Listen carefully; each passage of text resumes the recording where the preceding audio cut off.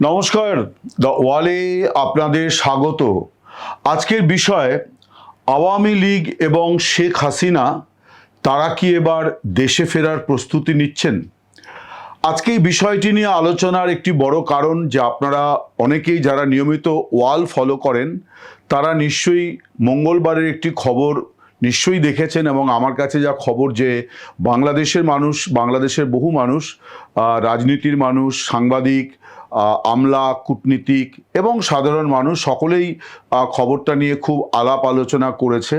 খবরটির মূল বিষয় ছিল যে শেখ হাসিনা তিনি দলের একটি বৈঠকে, এবং অবশ্যই সেই বৈঠকটি ভার্চুয়াল মাধ্যমে হয়েছিল, সেই বৈঠকে তিনি দলের নেতাদের, মূলত যেটাকে আওয়ামী লীগের ওয়ার্কিং কমিটি বলা হয়, সেই ওয়ার্কিং কমিটির সদস্যদের তিনি বলেছেন যে মানসিক এবং অন্যান্য প্রস্তুতি নিয়ে রাখতে আমরা এবার দেশে ফিরব। এরকম একটি কথা তিনি খুব আত্মবিশ্বাসের সঙ্গে বলেছেন ওই বৈঠকে, এবং নেতারাও সঙ্গে সঙ্গে তার সঙ্গে সহমত পোষণ করেন যে হ্যাঁ, আমাদের এখন ফেরা দরকার, আমাদের সংগঠনকে আরও মজবুত করতে হলে এখন ফিরে যাওয়া দরকার। এখন এই যে বিষয়গুলি নিয়ে, অর্থাৎ শেখ হাসিনা কেন এরকম একটি কথা বললেন এত দায়িত্ব নিয়ে, এখান থেকে অনেক রকম জল্পনা তৈরি হয়েছে এবং অনেকে মনে করছেন যে শেখ হাসিনার কাছে কোনো একটি মহল থেকে অবশ্যই তারা যারা সিদ্ধান্ত গ্রহণ প্রক্রিয়ার মধ্যে আছেন এবং নিশ্চিত করেই তারা বাংলাদেশের বর্তমান সরকারের কোনো অংশ বা অন্যান্য কোনো অংশ যারা বাংলাদেশের এই ধরনের বিষয় আশয়ের ওপরে সিদ্ধান্ত গ্রহণে যাদের কোনো ভূমিকা থেকে থাকতে পারে, তাদের কাছ থেকে শেখ হাসিনা সম্ভবত এই ব্যাপারে কোনো আশ্বাস পেয়েছেন যে অন্তত তার দলকে তো অবশ্যই বাংলাদেশের মাঠে ময়দানে বৈধভাবে রাজনীতি করতে দেওয়া হবে। এই বিষয়টি তিনি নিশ্চয়ই কোনো রকম একটা আশ্বাস পেয়েছেন, এটাই অনেকে মনে করছেন। কারণ তিনি যেভাবে বলেছেন, আমি তো আওয়ামী লীগের অনেক নেতা যারা ওই বৈঠকটিতে ভার্চুয়ালি অংশ নিয়েছিলেন তাদের অনেকের সঙ্গে আমি কথা বলেছি এবং তারা সকলেই এক বাক্যে বলেছেন যে হাসিনা যখন এই কথাটি বলেন তখন তাকে বেশ আত্মবিশ্বাসী। এমনিতেই মানে শেখ হাসিনার একটা বড় দিক হচ্ছে যে তিনি দেশ ছাড়ার পর থেকে মাস দুয়েক পর থেকেই তো ফেসবুকে তিনি কথা বলছেন দলের নেতা কর্মীদের সঙ্গে, সেখানেও তাকে কিন্তু যথেষ্ট আত্মবিশ্বাসী, এবং যারা তার সঙ্গে দেখা করেছেন তারাও বলেছেন যে তিনি শারীরিকভাবে খুব সুস্থ এবং তার কণ্ঠস্বরের মধ্যে একটা আত্মবিশ্বাস আছে। এবং গতকালের বৈঠকটিতে তিনি খুবই বলা যায় যে দায়িত্ব নিয়ে বলেছেন যে সবাই আস্তে আস্তে প্রস্তুতি নিতে শুরু করুন, আমরা ফিরে যাব দেশে। এখন আমি একটু এই বিষয়টা নিয়ে খোঁজ খবর নিয়ে আপনাদের কাছে এই বিষয়টি একটু আলোকপাত করতে চাই, কারণ আমার কাছে অনেকেই মেসেজ করেছেন, ফোনও করেছেন যে বিষয়টি কি এবং এটা কতদূর কি ব্যাপার, এগুলো সম্পর্কে তারা একটু জানতে আগ্রহী। তার কারণ এটা তো ঘটনা যে গত বছরের 12ই মে থেকে সন্ত্রাস দমন আইনে আওয়ামী লীগের কার্যক্রম নিষিদ্ধ আছে এবং সেই কারণে তারা এবার নির্বাচনে অংশ নিতে পারল না।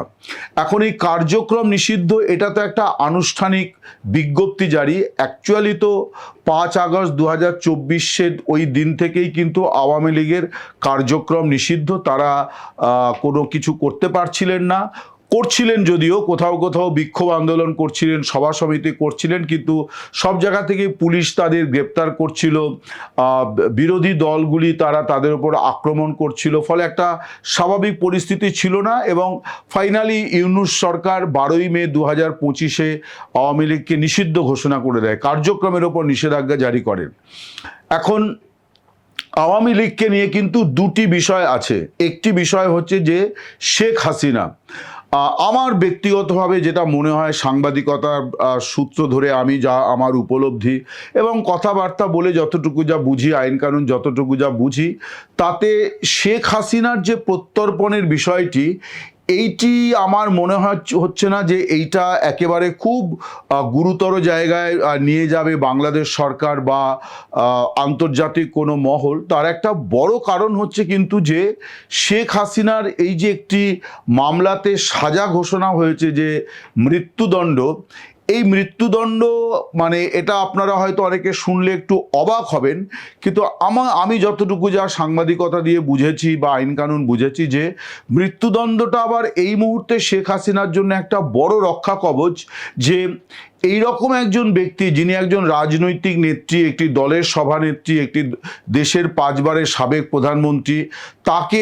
এরকম হঠাৎ করেই একটা দ্রুত সংগঠিত একটি মামলায় শুনানিতে মৃত্যুদণ্ড দিয়ে দেওয়া হয়েছে। এরকম একজন ব্যক্তিকে কিন্তু প্রত্যর্পণ করাটা ভারত সরকারের পক্ষেও আইনিভাবে অনেক রকম প্রতিবন্ধকতা আছে।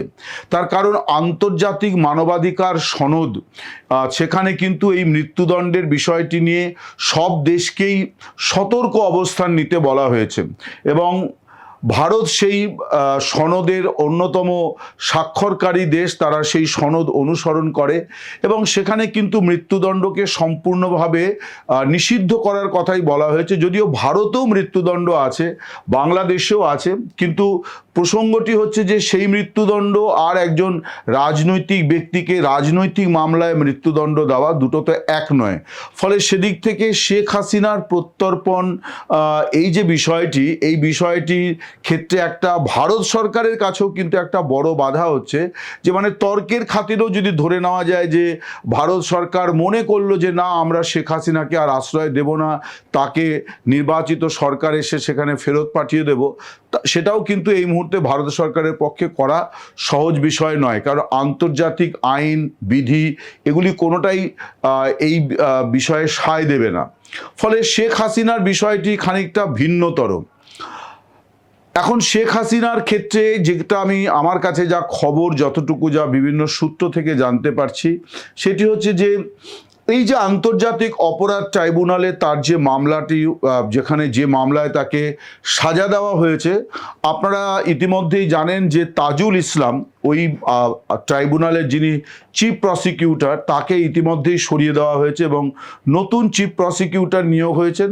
তিনিও বিএনপির খাস লোক, তিনি বিএনপির আইনজীবী সেলের প্রেসিডেন্ট এবং খালেদা জিয়ার বিরুদ্ধে যে দুর্নীতির মামলাগুলো, সেই মামলাগুলিতে তিনি খালেদা জিয়ার আইনজীবী ছিলেন। ফলে এটাকে একেবারেই পলিটিক্যাল অ্যাপয়েন্টমেন্ট হিসেবেই হয়েছে। আগের জন ছিলেন জামাতের, নতুন জন হলেন বিএনপির।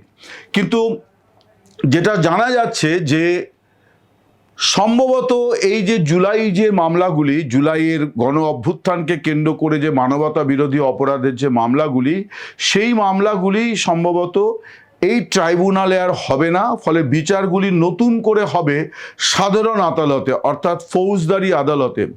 ফৌজদারি আদালতে যদি মামলাগুলি হয়, তাহলে আবার নতুন করে শুনানি হবে এবং সেই সময় কিন্তু শেখ হাসিনা ফিরে যেতে পারেন। তার কারণ মামলাটা যদি ট্রাইব্যুনাল থেকে সাধারণ আদালতে ট্রান্সফার করা হয়, তাহলে ট্রাইব্যুনালের রায়টি বাতিল হয়ে যাবে, বা যদি সেখানেও কোনো আইনি মানে প্রতিবন্ধকতা থাকে, তাহলে হাইকোর্টে একটি রিট করে সেই মামলা খারিজ করে দেওয়া সম্ভব। সেক্ষেত্রে ফৌজদারি আদালতে শেখ হাসিনা যদি তার বিচারের বিষয়টি আসে, তখন হয়তো তিনি সিদ্ধান্ত নেবেন যে তিনি দেশে ফিরে যাবেন, তিনি আদালতকে ফেস করবেন। কারণ এই কথাগুলি কিন্তু শেখ হাসিনা অনেক আগে থেকেই বলছিলেন যে কি করে আমার বিচার এই ট্রাইব্যুনালে হতে পারে। তার কারণ এই ট্রাইব্যুনাল হচ্ছে যারা মুক্তিযুদ্ধের বিরোধিতা করেছিল এবং সেই সময় বিরোধিতা করতে গিয়ে মানবতা বিরোধী অপরাধে জড়িয়েছিল, তাদের বিচারের জন্য এই ট্রাইব্যুনাল। ইউনূস সরকার এই ট্রাইব্যুনালের আইনে একটি অধ্যাদেশ জারি করে 24-এর গণ অভ্যুত্থানে যে অভিযোগগুলি ছিল মানবতা বিরোধী অপরাধে সংযুক্ত থাকা, সেইগুলিকে এর অন্তর্ভুক্ত করেছে। আমার কাছে যা খবর, যে বোঝাপড়ার জায়গাটি তৈরি হচ্ছে, সেটি হচ্ছে যে হাসিনা এবং আওয়ামী লীগের বাকিদের বিরুদ্ধে এই মামলাগুলি ট্রাইব্যুনালে হবে না, হবে ফৌজদারি আদালতে। ফলে আদালতকে ফেস করতে হবে। আদালত যদি জামিন দেয় তবে জামিন মিলবে, নয়তো কারাবাস হবে। সে তো খালেদা জিয়াও দীর্ঘদিন কারাবাসে কাটিয়েছেন, জেলে কাটিয়েছেন, অসুস্থ অবস্থাতেও তার কারামুক্তি হয়নি। তিনি অভ্যুত্থানের পরদিন 6ই আগস্ট তাকে রাষ্ট্রপতি তার বিশেষ ক্ষমতা বলে মুক্তি দিয়েছেন। ফলে আইনের দরজাতে যা যা হওয়ার সেটা হবে, কিন্তু সেই আইন মানে হচ্ছে যে যেখানে ন্যায্য আইনের ন্যায্য প্রয়োগ হবে। ইতিমধ্যে তারেক জিয়াও কিন্তু একটি কথা বলেছেন যে শেখ হাসিনার প্রত্যর্পণ এবং আওয়ামী লীগের নিষেধাজ্ঞা প্রত্যাহার, এই বিষয়ে তারেক জিয়াকে বারে বারে যে প্রশ্ন করা হয়েছিল, তিনি দলের মানে সংসদীয় দলের নেতা নির্বাচিত হওয়ার পর, সেখানে কিন্তু তিনি বারে বারেই এই ব্যাপারে একটি কথাই বলেছেন যে আইনে বা আদালতে যা হওয়ার হবে এই ব্যাপারে সরকার বা দলের তরফে কোনো বক্তব্য নেই। অর্থাৎ তিনি কিন্তু কথা বলেননি যে আওয়ামী লীগকে ফিরতে দেওয়া হবে না, শেখ হাসিনাকে ফিরতে দেওয়া হবে না, তার তো মৃত্যুদণ্ড হয়েছে, আমরা তার মৃত্যুদণ্ড কার্যকর করব, এরকম কোনো জোরালো বক্তব্য কিন্তু তিনি পেশ করেননি। ফলে আমি যেটা শুনতে পাচ্ছি যে হাসিনার ফেরার বিষয়ে এরকম একটা ভাবনা চিন্তা চলছে যে তিনি সাধারণ আদালতে সারেন্ডার করবেন এবং সেখানে তারপর তার জামিন হলো কি তাকে কারাগারে পাঠালো, তারপর আইনি প্রক্রিয়া চলবে, তারও অনেক আইনজীবী আছে। ফলে একটা সুস্থ বিচার যদি হয় তাহলে সেটা বাংলাদেশের রাজনৈতিক পরিমণ্ডলের জন্যও অত্যন্ত ভালো একটা সিদ্ধান্ত হবে। এটা নিয়ে তো নিশ্চয়ই কোনো দ্বিমত পোষণ করার অবকাশ নেই। প্রশ্ন হচ্ছে যে আওয়ামী লীগের নেতা, বাকি নেতাদের কি হবে? বাকি নেতাদের ক্ষেত্রে যে বিষয়টি, আমি অনেকের সঙ্গেই গতকাল শেখ হাসিনা এই যে বলেছেন যে মানসিক প্রস্তুতি নিন, অন্যান্য প্রস্তুতি নিন, তো আমি অনেকের সঙ্গে কথা বলছিলাম যে তারা কি তাহলে ফিরে যাবেন এবং তারা কি মানে কিভাবে ফিরবেন। আমাকে একাধিক নেতা যে কথাটি বলেছেন সেটি হচ্ছে যে তারা এটা চান যে মব লিঞ্চিংটা বাংলাদেশে বন্ধ হয়েছে। তারা স্বীকার করছেন যে যেভাবে অন্তর্বর্তী সরকারের সময় মব লিঞ্চিং হচ্ছিল, অর্থাৎ এই যে মব সন্ত্রাস হচ্ছিল, তাতে তারা ভীত সন্ত্রস্ত ছিলেন যে তাদেরকে মানে দেশে ফিরলে এইভাবে মব করে হত্যা করে ফেলা হবে। এইটা তারা মনে করছেন যে এই দুশ্চিন্তাটা খানিকটা হলেও দূর হয়েছে। তারা আরেকটা বলছেন যে জেলখানাগুলিতে যে ধরনের অত্যাচার নিপীড়নের ঘটনাগুলি ঘটছিল সেগুলো কিছুটা কমেছে, কিন্তু পুরোপুরি কমেছে কথা তারা বলছেন না। তারা বলছেন যে এগুলোও যদি শূন্যতে নামিয়ে আনা যায় বা স্বাভাবিক অবস্থায় নামিয়ে আনা যায় তাহলে সেটাও কিন্তু তাদের দেশে ফেরার জন্য অনুকূল।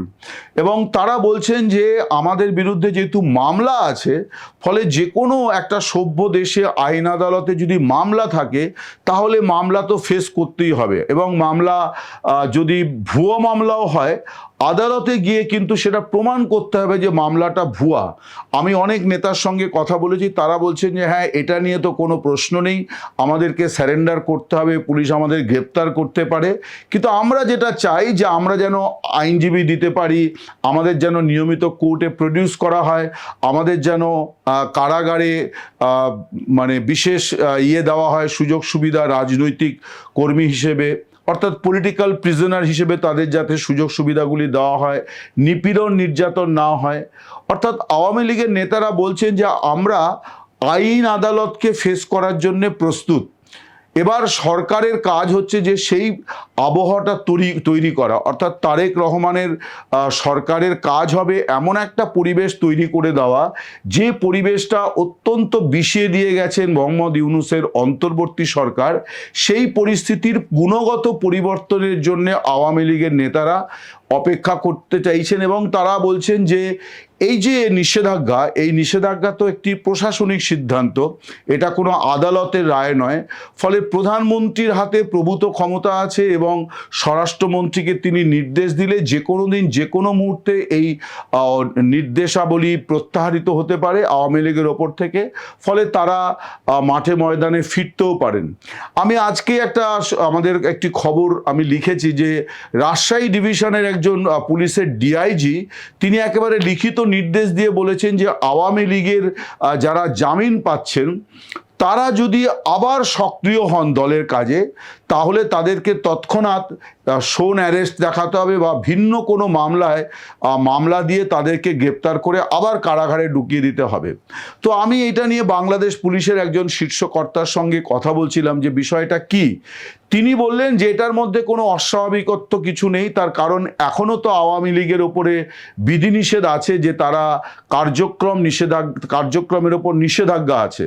ফলে এইটা যখন আছে তখন তিনি তো জামিন পেলেও তিনি আওয়ামী লীগের হয়ে কোনো রাজনৈতিক কর্মকাণ্ড করতে পারবেন না। সেই কারণেই পুলিশ কর্তা এইরকম একটি নির্দেশাবলী দিয়েছেন, এবং তিনি আমায় বলছেন যে এটা রাজশাহীর অর্ডারটা প্রকাশ্যে এসছে বটে, কিন্তু এটা গোটা বাংলাদেশ পুলিশের জন্যই কার্যকর, তার কারণ এটাই আইনি পথ। তার কারণ সংগঠনের ওপর তো নিষেধাজ্ঞাটি প্রত্যাহারিত হয়নি। আওয়ামী লীগের কিছু কিছু নেতা এই ব্যাপারে নানান ধরনের কথাও বলছেন, যেখান থেকে মনে হচ্ছে যে হয়তো এই নির্দেশিকাটা প্রত্যাহারের একটা গ্রাউন্ড আওয়ামী লীগ যেমন চাইছে, তেমনি বিএনপি নেতৃত্ব খানিকটা এরকম একটা পরিস্থিতি তৈরি করতে চাইছেন। আপনারা যদি গতকাল বিএনপির শীর্ষ নেতা, প্রথম সারির নেতা মঈন খান, তার বক্তব্য দেখেন, তিনি যে জিয়া উদ্যানে গিয়েছিলেন শ্রদ্ধা জানাতে খালেদা জিয়া এবং জিয়াউর রহমানের কবর জিয়ারত করতে, সেখানে তিনি সাংবাদিকদের কাছে এই যে প্রসঙ্গ উঠেছিল যে আওয়ামী লীগের প্রত্যাবর্তনের বিষয়টি এবং নিষেধাজ্ঞা প্রত্যাহারের বিষয়টি, সেখানে তিনি বলেছেন যে বিএনপি মনে করে, বিএনপি বহুদলীয় গণতন্ত্রে বিশ্বাস করে, এবং জিয়াউর রহমান তিনি বহুদলীয় গণতন্ত্রের পুনঃপ্রবর্তন করেছিলেন। বাকশাল, যেটা বঙ্গবন্ধু শেখ মুজিবুর রহমান করেছিলেন, যে বাকি কোনো দল থাকবে না, একটি দল থাকবে, সেইখান থেকে দেশকে মুক্ত করেছিলেন জিয়াউর রহমান, এবং বিএনপি এটাতেই বিশ্বাস করে যে সব দল রাজনীতি করবে। এই কথা থেকেও খানিকটা মনে হচ্ছে যে বিএনপিও হয়তো ভাবনা চিন্তা করছে। তার কারণ আমি একটি কথা বলেছিলাম যে বাংলাদেশের রাজনীতির তো ভারসাম্যটা এই নির্বাচনে বদলে গেছে, অর্থাৎ বিএনপিকে এখন সরাসরি জামাতি ইসলামীর মোকাবিলা করতে হবে। এখন জামাতি ইসলামী তারা তাদের জনপ্রিয়তার দিক থেকে হয়তো ছোট দল, কিন্তু সংগঠনের জায়গা থেকে, আদর্শিক জায়গা থেকে তারা অনেক বড় শক্তি। ফলে এই রকম একটা শক্তিকে মোকাবিলা করার জন্যে মুক্তিযুদ্ধের পক্ষের শক্তিকে, তারা ভিন্ন দল হলেও যদি মুক্তিযুদ্ধের পক্ষের শক্তি হয়, তাহলে ময়দানে থাকাটা বিএনপির জন্য মঙ্গলদায়ক হবে। অর্থাৎ আওয়ামী লীগ যদি সক্রিয় রাজনীতি করতে পারে, তাহলে সেটা বিএনপির জন্য খুব একটা ক্ষতি তো হবেই না, বরং বিএনপির জন্য ভালোই হবে। এখন আওয়ামী লীগের নেতারা বলছেন যে তারা প্রস্তুতি নিচ্ছেন, যদিও তারা এই কথাও বলছেন যে এমন নয় যে বিদেশে যে নেতারা আছেন তারা দেশে না ফিরলে দল একেবারে কর্পূরের মতো উবে যাবে, ব্যাপারটি মোটেই তা নয়। একজন নেতা বলছেন যে 99.99% নেতা কর্মী সমর্থক দেশেই আছেন, এবং তাদেরও একটা ভগ্নাংশ শতাংশ যারা নেতৃস্থানীয়, তারা অন্তরালে আছেন, তাদেরকে নানা রকম নিপীড়ন নির্যাতন করা হয়েছে, তার কারণে তারা এলাকায় নেই।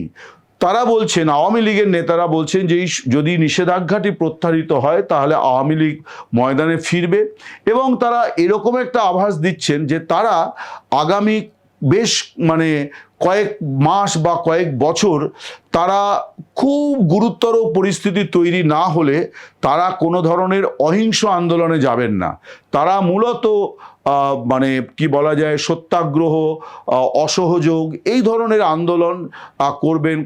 কোনো ক্ষেত্রে হয়তো বয়কটের ডাক দেবেন, কোনো জায়গায় করবেন, কিন্তু কোথাও বড় ধরনের সংঘাত, অশান্তি, এই রকম কোনো কিছুতে তারা যাবেন না। এটাও তাদের আলোচনায় মত বিনিময় হয়েছে যে তাদের যদি নিষেধাজ্ঞাটি প্রত্যাহারিত হয় তাহলে তারা সরকারের সঙ্গে এখনই কোনো সংঘাতে যাওয়ার কোনো বাসনা তাদের নেই। তারা চাইবেন যে সরকার তার নিজের মতো করে কাজকর্ম শুরু করুক, সরকার কাজ করুক। এবার সরকার যদি বড় ধরনের ব্যর্থতা কিছু করে বা ভুল করে, তখন তো স্বভাবতই সব বিরোধী দলই পথে নামবে। অর্থাৎ আওয়ামী লীগ বলতে চাইছে যে তারা যদি প্রত্যাহার হয় তাদের নিষেধাজ্ঞাটি, তাহলে তারা একটা দায়িত্বশীল বিরোধী দলের ভূমিকা পালন করবে মাঠে ময়দানে। যেহেতু তারা নির্বাচনে অংশ নিতে পারেনি, ফলে সংসদে তাদের কোনো প্রতিনিধিত্ব নেই, প্রধান বিরোধী দল এখন জামায়াতে ইসলামী। কিন্তু আওয়ামী লীগ বলছে যে তাদেরকে যদি ফিরতে দেওয়া হয় তাহলে মাঠে ময়দানে তারা ইতিবাচক বিরোধী দলের ভূমিকা পালন করবে। তারা কোনো সংঘাতে যাওয়া, সরকারকে অসহযোগিতা করা, এই ধরনের কোনো কিছু নেই এবং উন্নয়ন প্রকল্পগুলো যাতে হতে পারে ঠিক মতন, এমনকি শেখ হাসিনার সময় যে প্রকল্পগুলি হয়েছে সেগুলোও যাতে মানে নির্দিষ্ট সময়ে সমাপ্ত হয়, এই ব্যাপারে মানে সহযোগী ভূমিকা তারা নেবেন নতুন সরকারের সঙ্গে। আমার সঙ্গে যে ব্যক্তিগত সময়ে বিভিন্ন সময়ে যে আলোচনাগুলি হলো সম্প্রতি, তাতে এই ধরনের ফিডব্যাক আওয়ামী লীগের নেতারা দিচ্ছেন এবং তারা বলছেন যে আমরা ফিরে যেতে চাই। তার কারণ এতদিন দেশের বাইরে থাকা মানে নানান কারণেই সমস্যা, এবং সবচেয়ে বড় জিনিস হচ্ছে যে দলকে যদি আবার মানে আগের জায়গায় ফেরাতে হয় তাহলে তো মানে নেতৃত্বের প্রয়োজন। কারণ এটা একজন নেতা আমায় বলছেন যে সত্যিই বিরাট কোনো সংখ্যক নেতা বাইরে নেই, কিন্তু একটা পারসেপশন তৈরি হয়ে আছে, ধারণা তৈরি হয়ে আছে যে আওয়ামী লীগের নেতারা সব দেশ থেকে পালিয়েছে, দলটা অভিভাবকহীন। আমি বলবো যে এই পারসেপশনের অনেকবিধ কারণ আছে। কারণ আমি তো নির্বাচন কভার করতে গিয়ে ফিরে এসে আমি একটা ভিডিওতে বলেওছি যে আওয়ামী লীগের যেটা আছে যে তাদের কিন্তু মাঠ ভরা ফসল আছে, কিন্তু ফসল কেটে গোলায় তোলার জন্যে শুধুমাত্র কিছু কামলা নিয়োগ করলে হয় না, কিছু ক্ষেতমজুর নিয়োগ করলে হয় না, সেই কাজ তদারক করার জন্যে একজন দুজন ব্যক্তি দরকার হয়। অর্থাৎ স্থানীয় স্তরেও নেতৃত্বটার প্রয়োজন আছে। সেই নেতৃত্বটাকে ফেরানো এখন আওয়ামী লীগ নেতারাও মনে করছেন যে এইটা নিয়ে বিলম্ব করার যাবে না, এটা নিয়ে দ্রুত যা করার করতে হবে। সম্ভবত শেখ হাসিনা এই সমস্ত বিবেচনায় রেখেই তিনি তার কথাটি বলেছেন যে সবাইকে প্রস্তুত থাকতে বলেছেন। এখন অনেকে মনে করছেন যে শেখ হাসিনার কাছে কোনো ইতিবাচক সংবাদ আছে যে একটা অনুকূল পরিস্থিতি তার দলের জন্য বাংলাদেশের মাঠে ময়দানে তৈরি হতে চলেছে, এবং সেই কারণেই তিনি নেতাদের বলেছেন যে এবার আস্তে আস্তে রেডি হন। এখন দেখা যাক যে কোথাকার জল কোথায় গড়ায়। নমস্কার, শুভরাত্রি, সকলে ভালো থাকবেন।